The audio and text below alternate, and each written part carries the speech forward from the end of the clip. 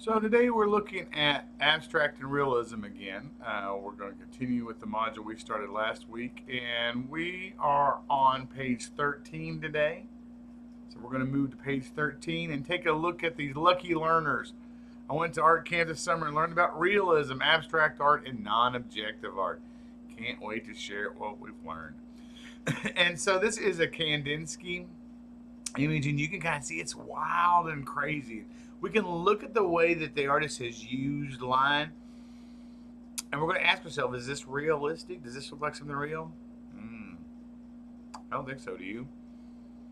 So obviously, this is not real. So is it abstract or non-objective? Well, when we ask ourselves, what's the difference between non-objective and abstract?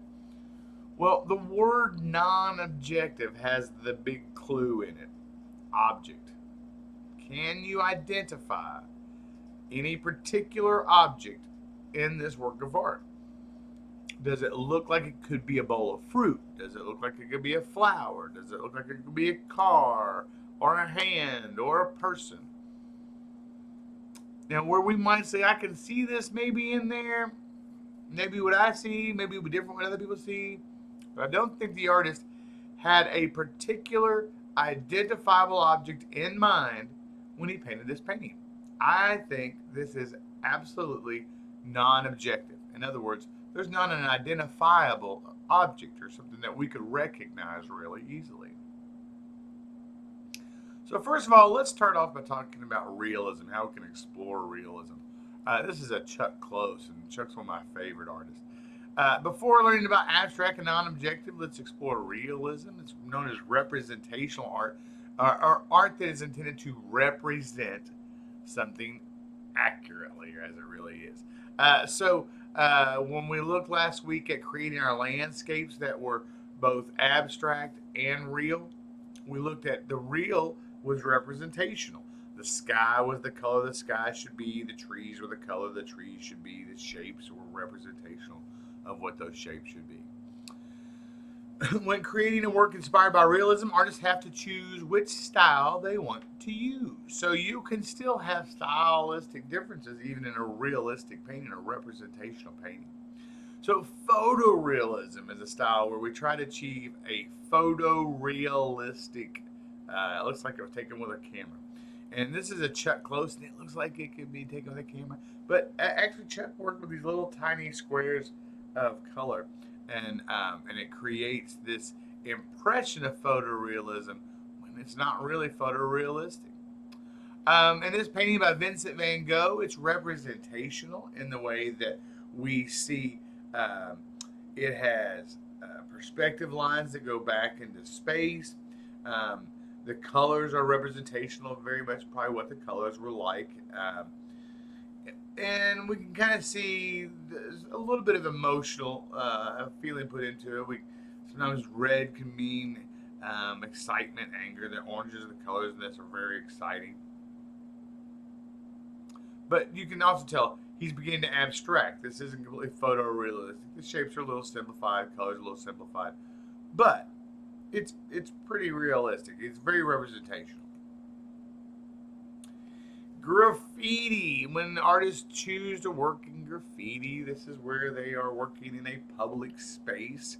If you walk through your community, you might see graffiti. It's not always spray painted artwork. It's sometimes I've seen chalk graffiti, uh, photo graffiti, collage graffiti, all kinds of graffiti. Street art means the kind developed out in the open spaces where people will exist and travel around in the spaces that we all public spaces. Abstract art. The purpose of abstract art is to begin with an object from reality, like your favorite toy, and recreate it in a way that isn't realistic or isn't representational of exactly what's going on. A viewer will often be able to tell what the subject is, the object is that the artist created, but it's going to be tricky because it's going to be a little different. So in this one, we can tell these are houses, right? We can kind of get the impression of the roof lines, and we see that they're rectangles like most houses, and that sort of thing. This is a Paul Klee. I love Paul Klee. He's got some cool stuff. Very simplified sort of palette here. Again, the colors aren't representational.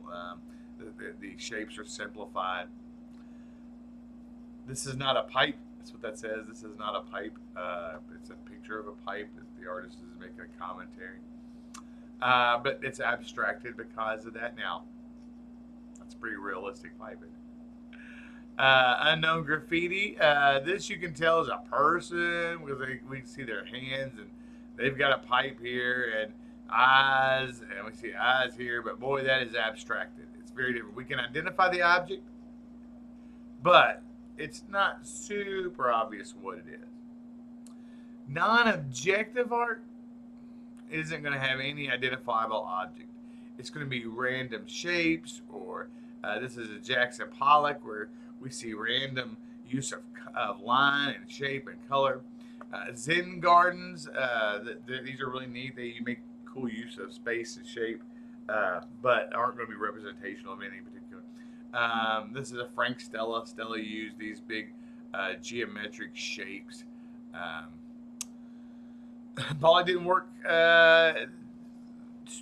didn't begin his artwork with a plan or recreate an object. He just worked freehand, if you will. In this garden, you can tell the Japanese communities created these lines using strict rules to accommodate their feelings and emotions, but they are not identifying an object. This is an example of minimalism when you basically break things down to the most simple shapes or colors.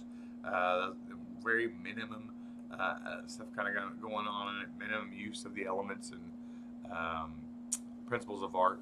Minimalism. And so identifying works of art, now that we've learned to identify, let's take a look and see which ones are non-objective, real. I think this one's non-objective, right? Let's put it there. Yeah. This one's definitely the realism, which leaves this one to be the abstractive one. Great work. All right.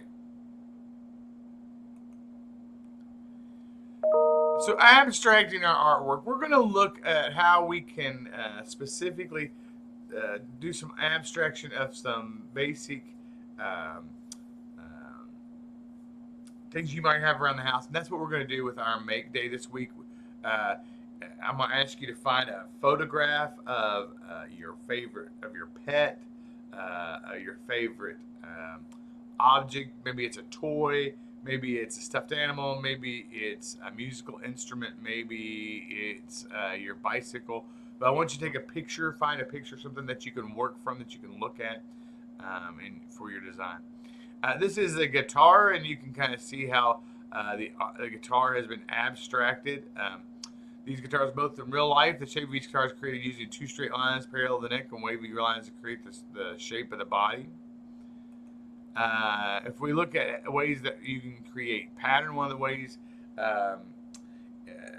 is to use pattern.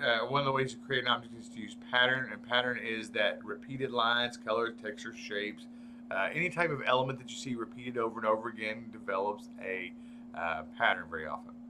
Artists have used all kinds of lines to create the backgrounds of their artwork. You can kind of see them here. This one's all broken up into little planes.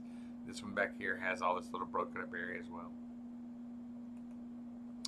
Breaking down shapes in their most basic element is one of the ways that we abstract. If we look at the complicated shapes of those landscapes last week, we broke them down to very simple, organic, big blob shapes of those trees, or very geometric shapes of the buildings. But breaking things down to the most basic shape is one of the ways we can abstract. Another is abstracting qualities of blending realistic with abstract. We saw some of that last week with Salvador Dali. He put in some really weird stuff that didn't belong there. But mixing that real with that abstract is also creating abstraction. So this week, what we're going to do is you're going to bring with you into your art space a photo of your pet. I don't recommend working from life because pets seem to don't participate really well and they walk away. A photograph of your favorite thing, stuffed animal or teddy bear, anything you'd like to work with it, but an object. Instead of doing a landscape like we did just last time outdoors, we're going to do a sort of a still life, is what we're going to call it. All right. I look forward to talking to you in just a moment.